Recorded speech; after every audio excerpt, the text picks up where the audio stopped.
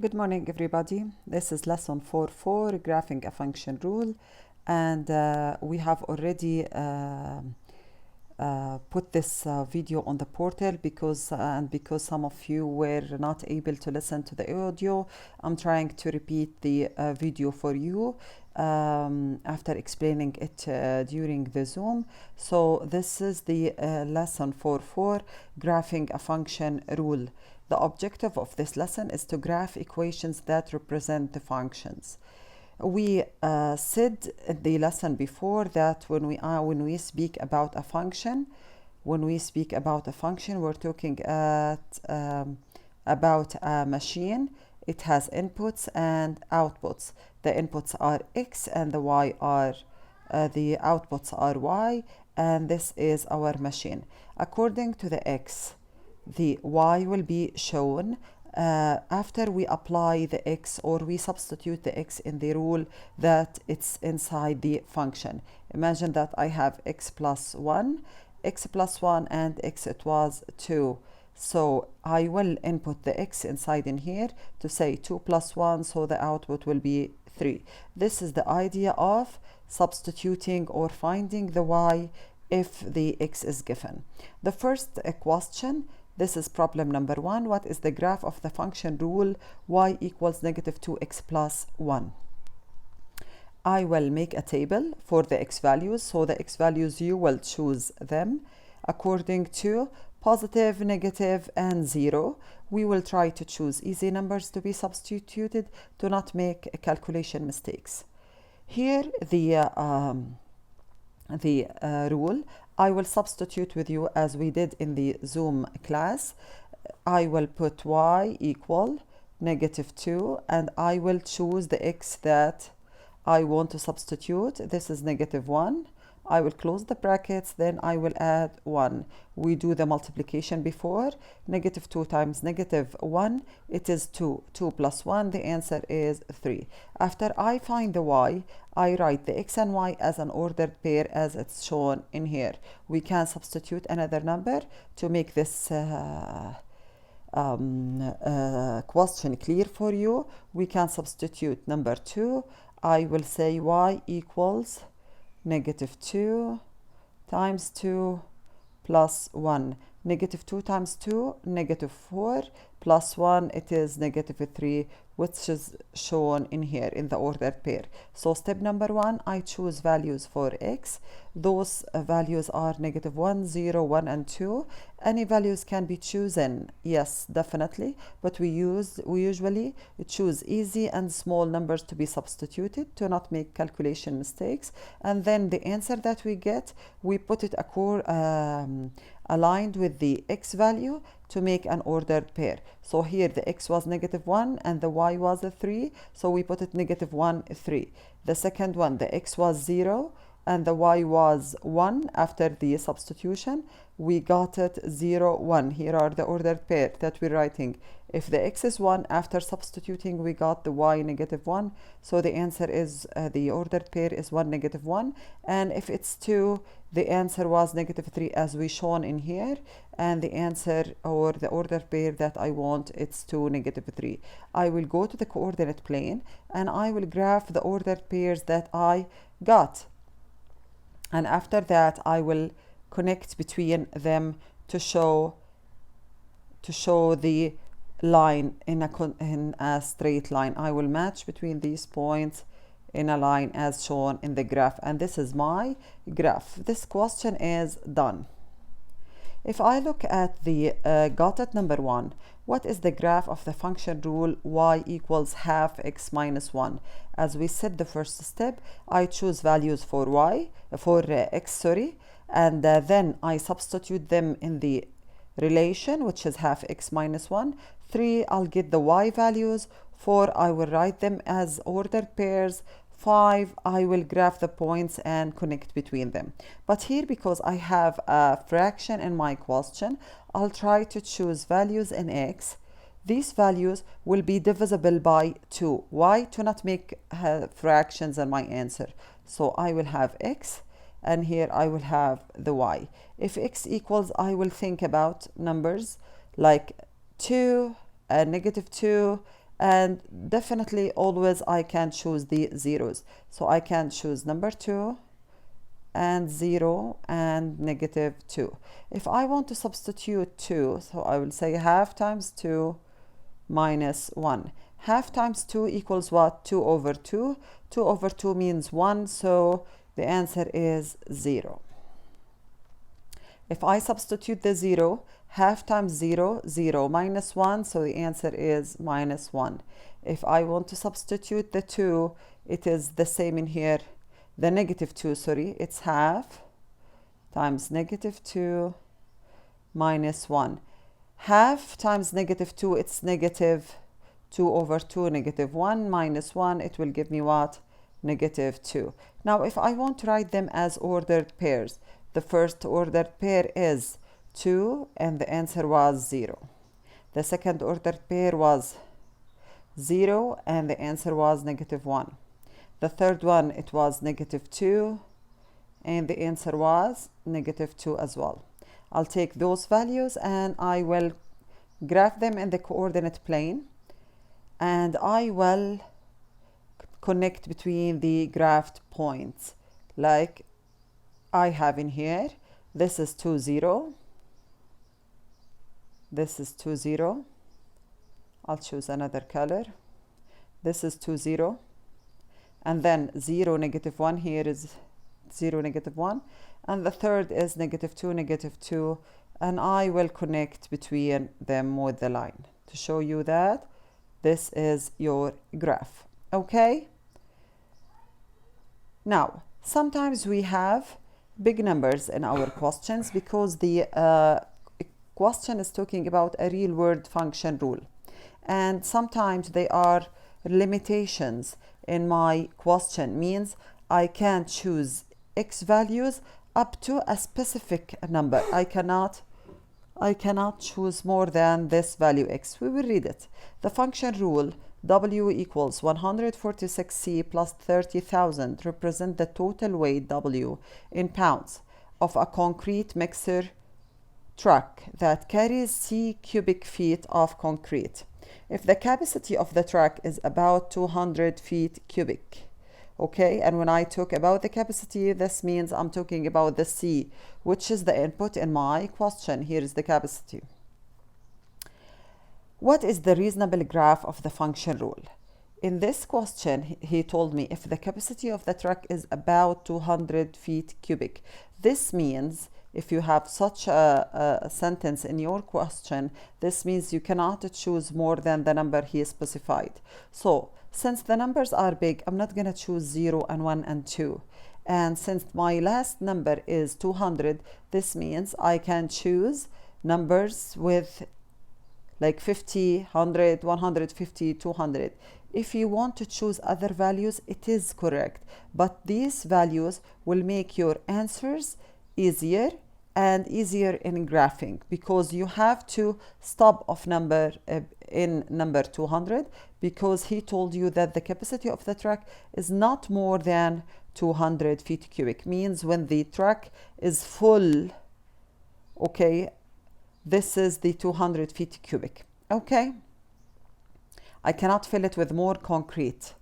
Now I will go to my equation, and I want to start with when the truck is not filled at all. This means 0, no concrete in the truck. So what's the answer?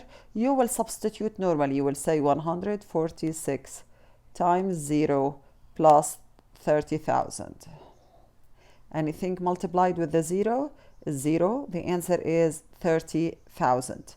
And then I can substitute in any of the numbers. 146 times 100 plus 30,000, it gives me 44,600, and I put it as an ordered pair 100. Now here, when we want to graph the points, make sure that this is your x, or this is your input, or this is the variable inside your equation, and the y is the output and the answer of your substitution. Now we started graphing the points, okay? Here We graphed when 0, it is the 30,000, 550, it gives me this number, 37,300, and so on till I reach the 200. Now I want to connect my points.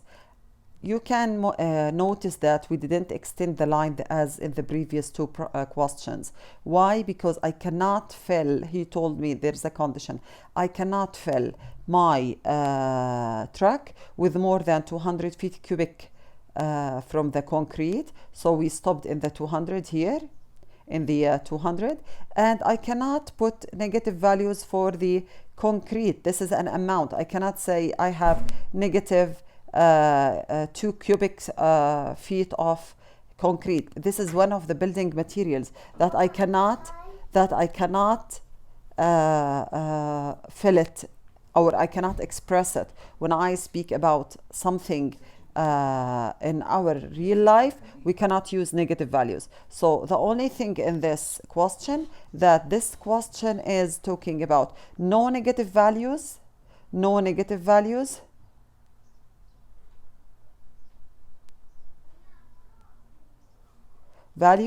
and nothing more and not more than 200.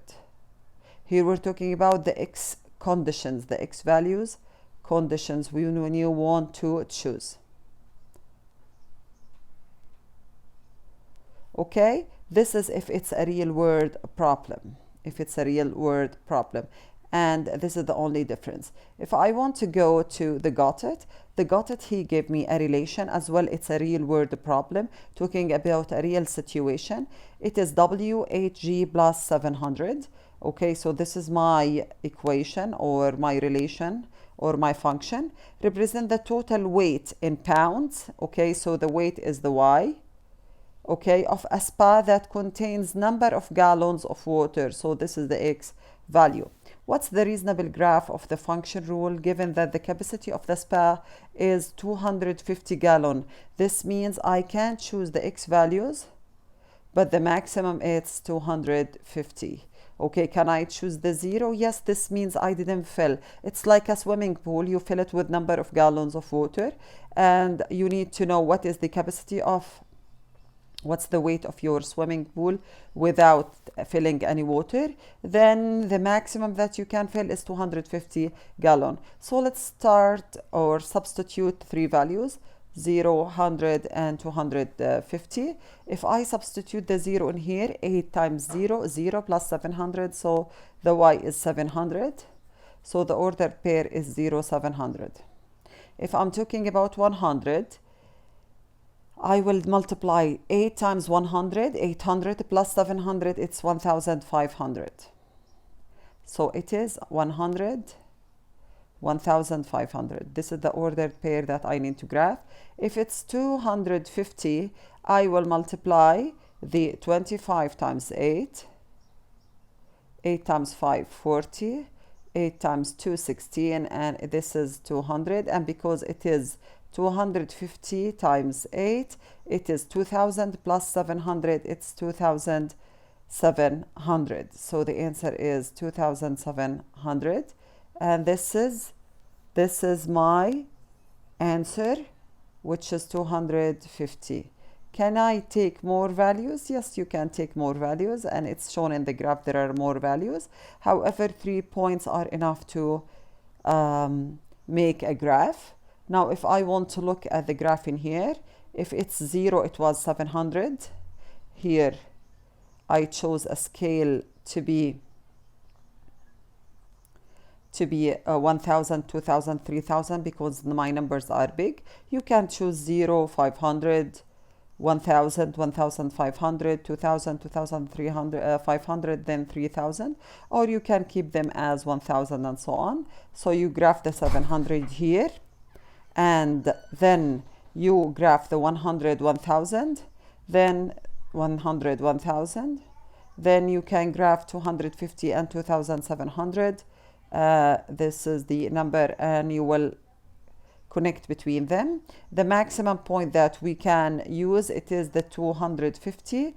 I cannot exceed the 250 because it is given in the question that the maximum capacity of the spa is 250 gallon, and I cannot use negative values here because it's a real world problem, so no negative as we said. And second thing is not more than the 250. Now if I want to look at the concept that we discussed in the Zoom class, the continuous graph and the discrete graph. In the first question, here we can see the graph that we got used to it. We graph the point, then we connect between those points to show a line, like in any question we've done from before. In the second one, here we have points only. We graphed the ordered pairs, but we didn't connect between them. This graph, it's called discrete graph, and the first one that we got used to it, it's a continuous graph. Now we will see the two, or how do we differentiate between continuous graph and discrete graph. So how many types of graphs do we have? Continuous graph, if I graph the ordered pairs, then I connect between them to show a line. The second one is a discrete graph that you only show the ordered pairs without connecting between them. The second question, which is problem number 3, showing for us a cheesemaker. He put two situations while preparing the cheese or the cheddar to be sold in two processes. The first one is the process of making the cheddar itself while mixing the milk with the butter and so on. And the second one, after he prepared the cheese and he starts molding them into wheels. Now, the first one, I can say that as put in the equation that W equals 16m, while the W is the weight of the cheddar cheese that you prepare, 16m is the relation between the amount of number of gallons of milk that you need to use for preparing a specific amount or specific number of ounces from the cheese. So for every, as shown in the table, for every 1 gallon of milk, you can prepare 16 ounces of the 16 ounces of the cheddar cheese. If you put 2 gallons, you can prepare 32 ounces of cheese, and so on. Now, if I want to ask you a question, what about you don't want 32, you want something less than the 32 and more than 16, as if we're preparing a recipe. Sometimes we double the recipe, and sometimes we don't want the double, we want 1.5. If it serves, for example, 2 people, I want it to be serving 3 people. This means I don't want to double the recipe, but I want to use fractions like half or third or fourth from my ingredients. In such a case, if I pour more amount of milk, okay, and I want to prepare more cheddar cheese, but I don't want to put 2 complete. I want to use here 1.5 gallon of milk. Can I get cheddar cheese amount? Definitely yes. So if I use fractions inside my whole numbers in here, I will be getting amount of cheddar cheese, and I can find them from the graph in here after he did the graphing of the ordered pairs. This type of graphs is called continuous because the amount of fractions or the in-between distances between the points that he chose in here and here, between the 2 and 3 and 4 and 5, all giving me amount of cheddar cheese. But when I prepared my cheddar cheese and I start doing them like wheels or molding them like wheels, and I put a price for every wheel, like if you're buying chocolate bars and the Kit Kat, and he's telling you that the one Kit Kat costs 2 riyals, the 2 Kit Kat cost 4 riyals, and so on. Can you ask him to give you 1 Kit Kat and open the second one to give you half of it? Definitely no. If I'm talking about units and each unit cost, and usually we're talking about cost, it will be not accepting fractions in between the values. So the one wheel cost 9, the 2 wheels cost 18, the 3 wheels cost 27, and the 4 wheels cost 36. Those are cannot be fractions. I cannot say 1 wheel and a half, or 2 wheels and a quarter, or 3 wheels and third. This means this types of relations, when I graph it, the graph is discrete. This means I do not connect between the points. Okay, and this is the only difference. So if you find your relation is accepting fractions, and you will get a value from this, a value reasonable in the real life, this means it's a continuous. Usually if I'm talking about a cost for something which is subjected or designed to be sold in units, like 1 chocolate bar, 1 wheel of cheddar cheese, 1 chips bag, these cannot be given fractions. So I will call the type of graphs discrete. This means I only put the ordered pairs with no connection. Here I have 2 situations.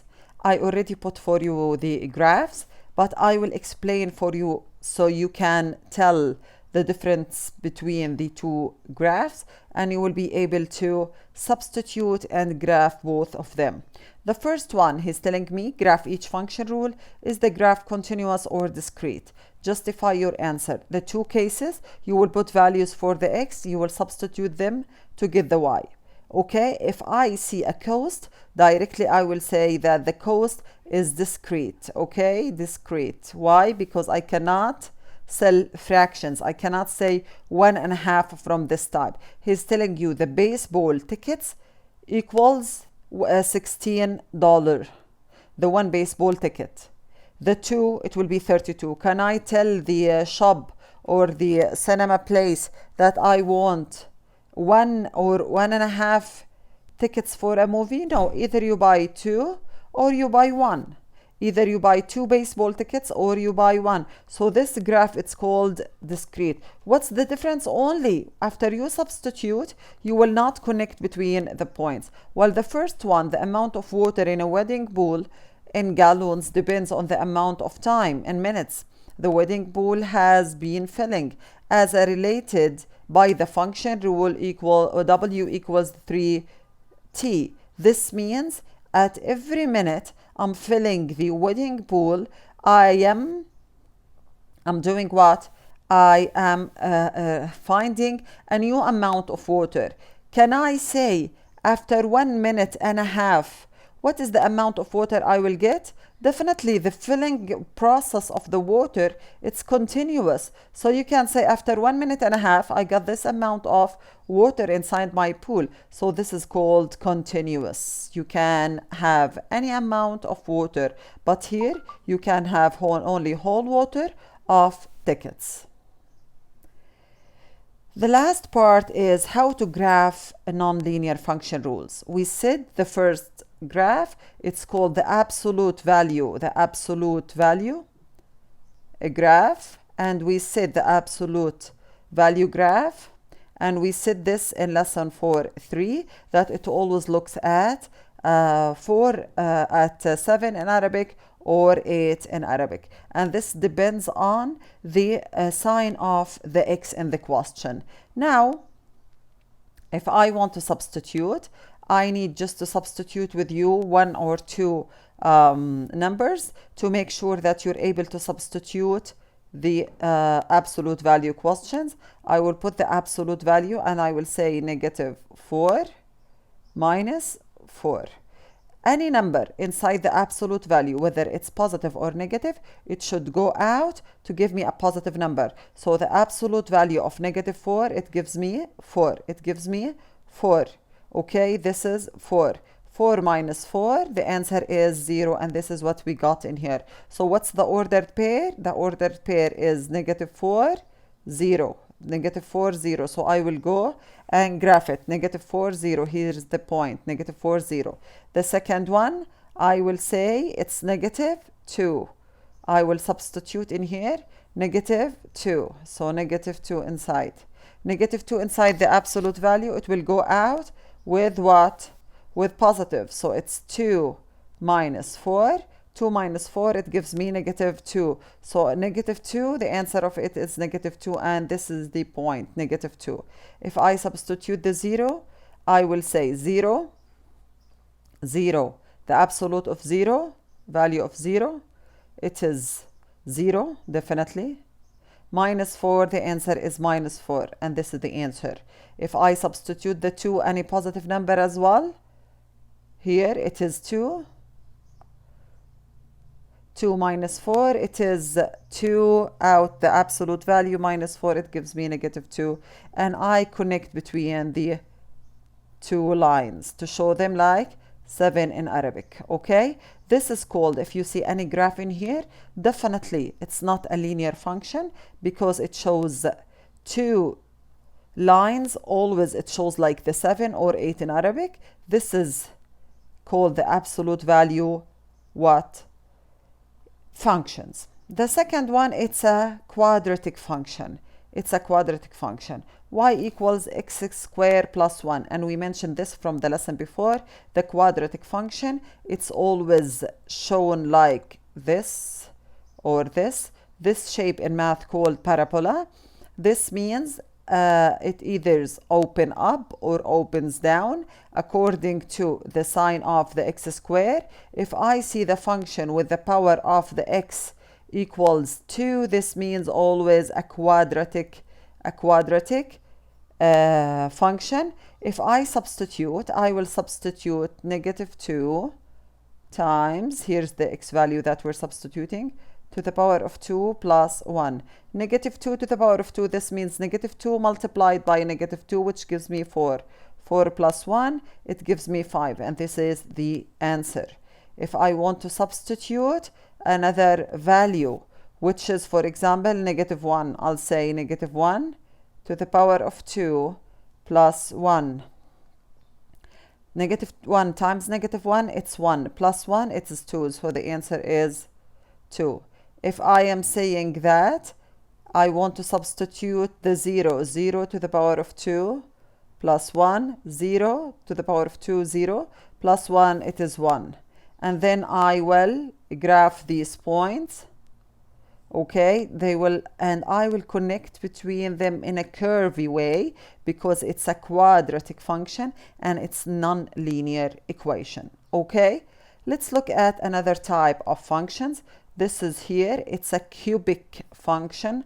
Why it's called a cubic? Because it is a cubic function because the power of the x is what?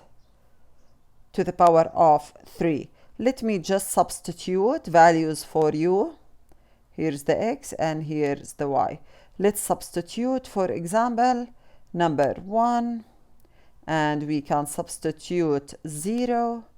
We can substitute negative 1, and if you want more values, you can substitute them. If I want to substitute number 1, I will say 1 to the power of 3 plus 1. 1 to the power of 3, this means 1 times 1 times 1, which is what? 1. 1 plus 1 equals 2. So the first ordered pair, it's 1, 2. The second one, 0 to the power of 3 plus 1. This means 0 times 0 times 0 will stay 0 plus 1. The answer is 1. So the second ordered pair is 0, 1. The third ordered pair is negative 1 to the power of 3 plus 1. And because this is a negative number, I want to show it to you. Negative 1 times negative 1 times negative 1. negative 1 times negative 1 times negative 1. Negative 1 times negative 1, it's 1. Times negative 1, it gives me what? Negative 1. So the answer is negative 1. So if it's negative here, so negative 1 times negative 1 times negative 1. The first two negatives, I multiply them and I get 1. 1 times negative 1, it's negative 1. Negative 1 plus 1, it gives me what? 0. So it's negative 1, 0. Now, if I want to graph these 3 points, I can graph them this way. I will say in 1, it's 2. In number 1, it's 2. And here it's the point. It's in 0, 1. Here it's the point. This is number 0, and this is number 1. And then it is negative 1, 0. Here is the 3 point. And I connect between them. Actually, the cubic function has like curvy parts in different ways. You're not asked in grade 7 to know exactly what's the way of graphing the cubic function, but you need to just to recognize that it looks like this shape. So anyone can give you this graph. You should imagine that this is a cubic function. This is a cubic function. After you substitute these points, it will be shown to you. I mean, the graphing is not asked to be very precise, but you need to just recognize the general shape of it. Now let's go to, we're done by this lesson. Let's go to the closure. The closure is that I have 2 types of graphs, continuous and discrete, that both graphs are going through the same steps of graphing. However, the last step, that in the discrete I don't connect between the points because I don't have fractions, I only have whole numbers. In the continuous, I connect between the points. And if I have a real world problem, I need to look at the condition of the input values to not extend my line in both ways. No negative values if it's a real world problem. Okay, thank you.